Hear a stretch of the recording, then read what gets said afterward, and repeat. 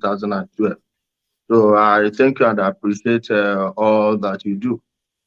Thank You you. see, Mohammed Aminu said something. I don't want to talk about this hit at home without going deep down into why it was instituted in the first place.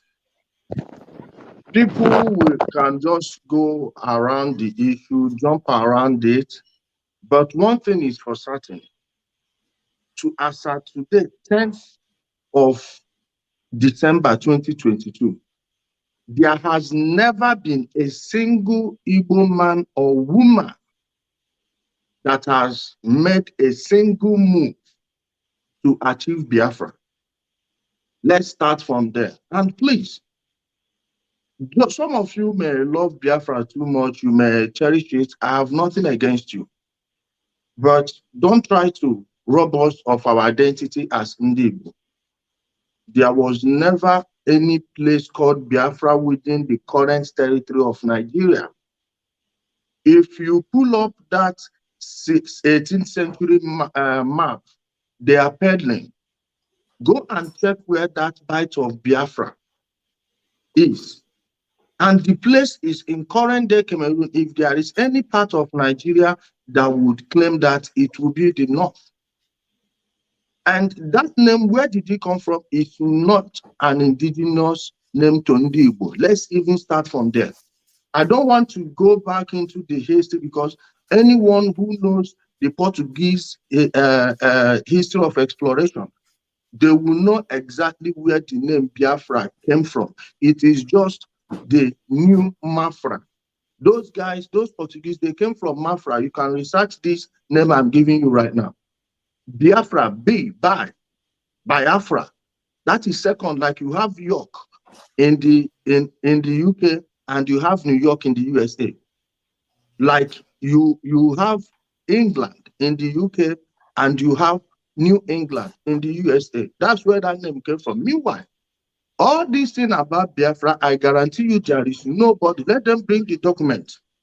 Mohammed Aminu made mention of the Montevideo Convention of 1933. Go pull it up. See everything that was stipulated over there. 4 articles. 4 articles. And one of them, the most important one, is that before you get a country, it must go through the parliament. And in Nigeria, it will involve both houses of parliament. Then if you are going to demand Biafra, at least you should have someone in the House of Reps and have people in the Senate, and make sure that they have to introduce referendum first into the Constitution, of which it was raised this year. All of the senators turned it down. Everybody. Now, if actually anyone is fighting for Biafra, the first thing is set up a political party that will go demand for it. The other way is war. And more nations have been created by war than not. If you check it, since that agreement was signed in Uruguay, 1933. Check every nation, and before you go to war, you would have been prepared for everything. Most of the countries that got their independence through war, check Venezuela, Colombia, all these guys, how they were partitioned. It was the Spanish. And then after the Spanish and American War, then the US Empire. And one of the secret societies that championed that was the Knights of the Golden Circle. Go check those things. Those things, do you have that backup? No. So you don't have the power to do it by war. You don't have the power to do it legislatively. So why are we destroying our land? Now, going to this sit-at-home issue, there is nothing Simon Ekpa is saying now that Nnamdi Kanu has not said. There is nothing Simon Ekpa is doing right now that Nnamdi Kanu has not done. Our sister African queen, when you see her speak, she speaks passionately, but these voices should have been out there long before now.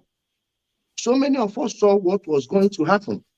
And I know exactly every step of the way. This thing they are now saying, oh, IPOB doesn't have this, IPOB doesn't have that. Nnamdi Kanu on earth anointed Simon Ekpa as his successor when he had problem with Uchemefo. Are they going to deny this? They are not going to deny this. He anointed Simon Ekpa on earth. Now, This boy Simon Ekpa is using, it was after Nnamdi Kanu was arrested and the consult issue raised so many things that were hidden in the group.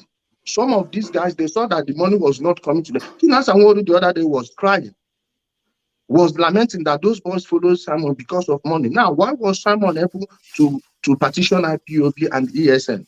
He started paying those ones and made them know how much everyone was making.